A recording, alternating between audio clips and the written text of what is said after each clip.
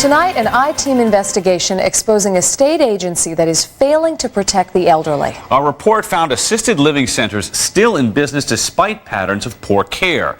And why is this happening? And could someone you know be in danger? I-Team reporter Joe Bergantino exposes why the state isn't doing more to keep our senior citizens safe. There are two faces to the world of assisted living. The one the industry would like you to see, and the face of 80-year-old Geraldine DiLorenzo. But if you looked at the pitches, he had to hit at least 2 to 3 times, good punches. It happened here at Sunrise Assisted Living in Wayland. The attacker, another resident. They told us when we enrolled her, when we bought the room, that if anyone gets violent, they would remove them right away. And they weren't doing that.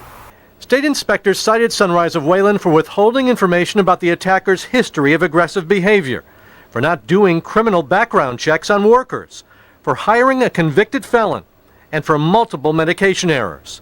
Now the I-Team has learned there are allegations that a staff member here sexually assaulted a woman in her 90s. Attorney David Hoey represents the victim's family. It's the failure to supervise, the failure to monitor, and it boils down to mismanagement. Sunrise of Wayland's response: the company disagrees with the state's finding that another resident struck Geraldine DiLorenzo, and the facility claims the sexual assault allegation is unfounded. So are these isolated cases? Our I-Team investigation has uncovered a pattern of questionable care affecting the lives of thousands of elderly here in Massachusetts. And we've also learned that the state agency that's supposed to be protecting these seniors is not doing its job.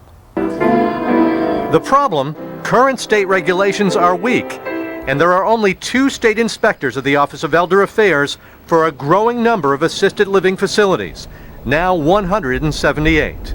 That leaves them ill-equipped and really unprepared for egregious problems and complaints that come through the department.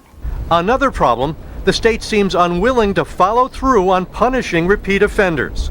Examples: at Gabriel House in Fall River, twice in 2002, not enough staff.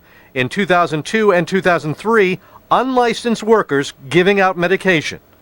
At Davis Manor in Lancaster, last year and again this year, multiple medication errors and unauthorized staff performing skilled nursing care in violation of state regulations. At Sunrise of Wayland, the state has twice in the past 2 years noted serious concerns about the safety of residents. The state twice threatened to suspend the certification of all 3 assisted living centers, but never did. The state says all 3 facilities have corrected their problems and at this moment are in good standing. Jennifer Carey heads up the state's Executive Office of Elder Affairs. Can you say to people honestly that this agency can make sure that residents aren't in danger? We use our authority as aggressively as we can. So right now you're saying under current regulations you don't have the authority to address a situation where patients are actually in physical danger inside one of these facilities? If I can't speak to the specific allegation that has been raised in an ongoing investigation, but our regulatory authority is limited. Part of the problem here: state regulations have not kept up with the changing needs of the increasingly older residents in assisted living facilities. Until that happens, don't count on the state to make sure the assisted living you choose for yourself or a relative is providing quality care. I'm I-Team reporter Joe Bergantino, CBS 4 News. News from around